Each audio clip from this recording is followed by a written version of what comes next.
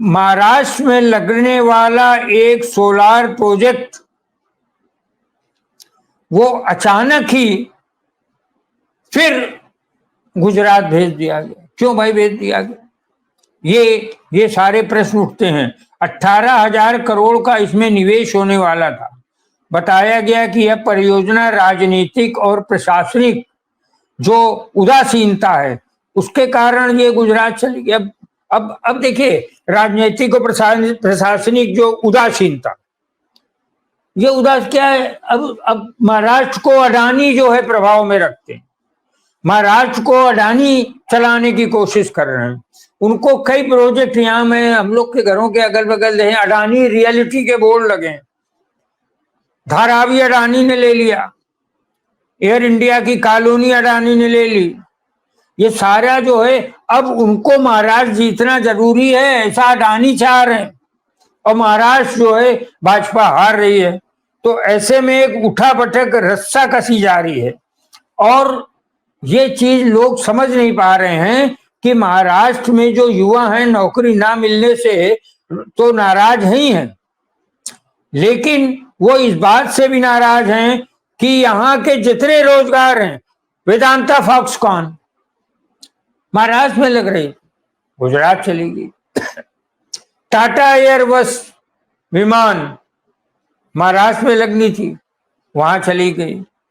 और सौर पैनल परियोजना, ये जो मैं 18,000 करोड़ की बता रहा हूं, सोलर एनर्जी की, वो चली गई, कल चली गई गुजरात। और हीरा मार्केट, डायमंड मार्केट जो है वो चला गया। कपड़ा मार्केट सूरत चला गया। अहमदाबाद सोर्स की एक इमारत बनी खड़ी है, और हम लोग गए भी थे उसमें, कुछ यहाँ से एडिटर्स गए थे, हम लोगों ने देखा। और उसमें योजना ये है कि शेयर मार्केट बंबई का शेयर मार्केट, मतलब भारत का शेयर मार्केट, अब अहमदाबाद से चले। पिछली बार फिल्म वाले भी बड़े गुस्से में आ गए थे, क्योंकि फिल्म फेयर अवार्ड जो है वो चला गया वहां पर, इस बार अहमदाबाद में हो गया। अरे film fair magazine times of India की है, टाइम्स ऑफ इंडिया वीटी में है।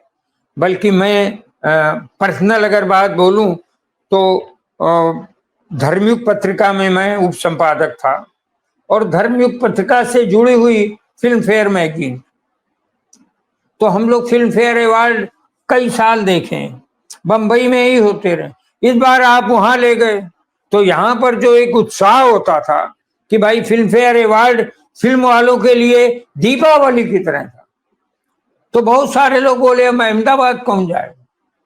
फिल्म के तमाम एक्टर एक्ट्रेसेस से हम लोग की मुलाकात होती है प्रीमियर वगैरह में, तो बोला वहां ले गए, हम लोग जाना चाहते थे। हालांकि उन्हें बड़ा इतराज नहीं था, कहें हमारे आने हमारे लिए सुविधा हो गई, और लोग डर भी गए हैं कि पता नहीं क्या हो, अब क्या फिल्म फेयर वहीं से निकलेगा। तो ये बहुत सारी चीजें सामने आ रही हैं।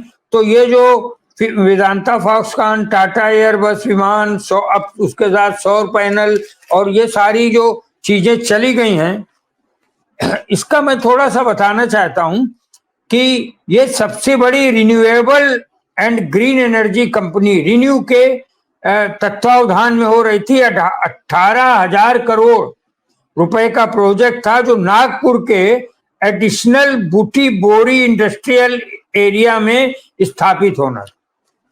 ये मैंने नाम लिख के रखा है कि 18,000 करोड़ का यह प्रोजेक्ट नागपुर में एडिशनल बूटी बोरी इंडस्ट्रियल एरिया में स्थापित होना था, लेकिन अब ये मोदी जी के गांव चला गया।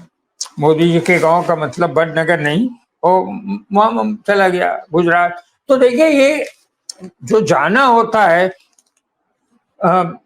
उद्योग कहीं इस यहाँ रहे कहीं वहां रहे, देश में ही चलता है उद्योग, लेकिन इससे प्रांतीय स्तर पर क्या फर्क पड़ता है।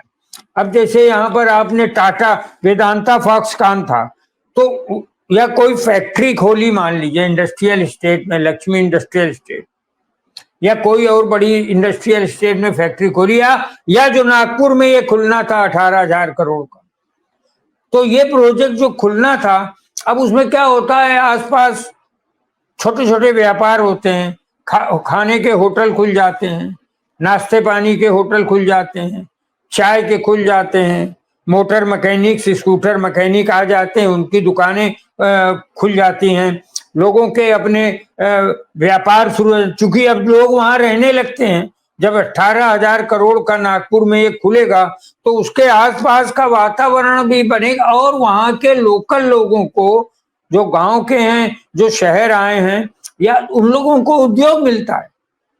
अब वहां पर KFC मिले खुलेगा, वहां पर अभी कैफे कॉफी डे खुलेगा, वहां पर बरिस्ता खुलेगा, वहां डोमिनोज पिज्जा खुलेगा, ये सब खुलेगा। उस 18,000 करोड़ के प्रोजेक्ट के पास खुल जाता तो लोगों को रोजगार मिलता, लेकिन वो उठा के ले गए। तो इससे कल से बहुत यहाँ पर वैरायटी वार हैं। ये जो कांग्रेस के विधानसभा में नेता प्रतिपक्ष हैं विजय वडेट्टीवार, वो तो बहुत नाराज घूम रहे हैं। वो कह रहे हैं कि ये क्या करते हैं आप, सब ले जाते हैं। तो मित्रों, ये जो मैं आपको बता रहा था कि महाराष्ट्र नरेंद्र मोदी के हाथ से निकल ही चुका था, अब हरियाणा बुरी तरीके से हार चुके हैं, अब उसका कोई इलाज नहीं हो सकता, उसका चुनाव की डेट आ गई है। अभी इन्होंने बोला है शायद नवंबर 2 उसमें रहेगा, 2nd वीक में शिंदे साहब ने बोला है। तो अब देखिए कब होता है। लेकिन महाराष्ट्र में जो ये चीजें हुई, महाशक्ति परिवर्तन में 3 बड़े दल गए और उन्होंने एनडीए से रिश्ता तोड़ लिया, भाजपा से रिश्ता तोड़ लिया। दूसरा, कई व्यवसायों के जाने के बाद अब एक और व्यवसाय जो 18,000 करोड़ का था वो नागपुर न जाकर कहीं और चला गया।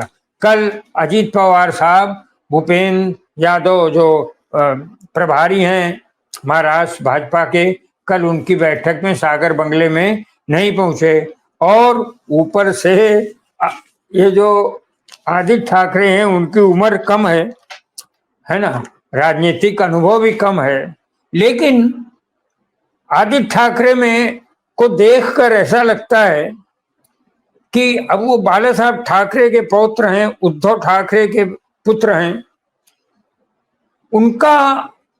उनका जो ऑरा है वो बड़ा पावरफुल है। इतनी कम उम्र में, इतने कम राजनीतिक काल में किसी व्यक्ति को इतना उभरना। और मैं एक चीज और बताऊं कि महाराष्ट्र की भाषा में क्या है, व्यंग है। महाराष्ट्र की भाषा में यहाँ पर जो नेता लोग बात करते हैं वो बड़ी व्यंग में बात करते हैं। ये भाषा ही यहाँ की ऐसी है, व्यंग्यात्मक बातें होती हैं। तो इन्होंने आदित्य ठाकरे ने महामंडल जिनको मिले उनको वो उनकी हंसी उड़ाई कि क्यों 2.5 साल इंतजार करते रहे, इसलिए गए थे, है ना, और अब तुम्हें मिला महामंडल है, क्या करोगे महीने 2 महीने के लिए, ये तो जाहिर है तुम्हारा। तो एक तो व्यंग्यात्मक प्रहार चल रहे हैं और ऐसी 4-5 चीजें महाराष्ट्र में हुई हैं कल के दिन, जो आगे एनडीए को और कमजोर करने जा रही है। और एक बात मैं अंतिम बताता चलूं कि महाराष्ट्र में अब कोई नेता नहीं एनडीए के पास। देवेंद्र फडणवीस अब भारतीय जनता पार्टी के नेता के रूप में उतने शक्तिशाली दिखते नहीं। मैं अपनी बात कह रहा हूं और अपने मित्रों की प्रेस क्लब में की गई बात, वो मैनेज नहीं कर पा रहे हैं क्योंकि उनकी गर्दन पर अमित शाह का जो है पंजा आ गया। वो एकनाथ शिंदे को महत्व देते हैं और एकनाथ शिंदे की जो भी एबिलिटीज हैं वो उसके अनुसार काम करते हैं। और देवेंद्र फडणवीस को ये लगता है शिंदे साहब मेरी कुर्सी में बैठे। अब अजीत पवार आ गए आखिरी में। अजीत पवार कह रहे हैं यार हम किधर के, ना इधर के, ना हम कहाँ जाएं, हमें तो भाव नहीं मिल रहा है। उनको सीटें उनके वो 85 सीटें मांगते मांगते अब पता नहीं कितने पे आए हैं, तो वो कल गए नहीं। तो ये सारे जो प्रकरण हैं, ये जो सारे वाकयात हैं, ये जो सारी घटनाएं हैं, ये सिद्ध करती हैं कि एनडीए भाजपा की सरकार महाराष्ट्र राज्य में अब रिपीट नहीं होगी। और उधर महायुद्ध में जरा भी गड़बड़ियां होती हैं, जरा भी मतैक्य नहीं होता है, तो वैसे ही शरद पवार सामने एक बुजुर्ग की तरह आ जाते हैं। और उसी तरीके से राहुल गांधी भी नाना पटोले को और दूसरे तमाम लोगों को। तो महाविकास अघाड़ी में दुर्भावनाएं नहीं दिख रही हैं, जबकि महायुति दुर्भावना से, व्यंग से भरा पड़ा है। मित्रों, ये एक छोटी सी तस्वीर के साथ मैं आपसे विदा लेता हूं। नमस्कार। और आप हमसे जुड़े रहने के लिए सब्सक्राइब करें YouTube पर, फॉलो करें Twitter पर और लाइक करें Facebook पर। और ज्यादा जानकारी के लिए आपको टाइप करना होगा सिर्फ न्यूज नशा।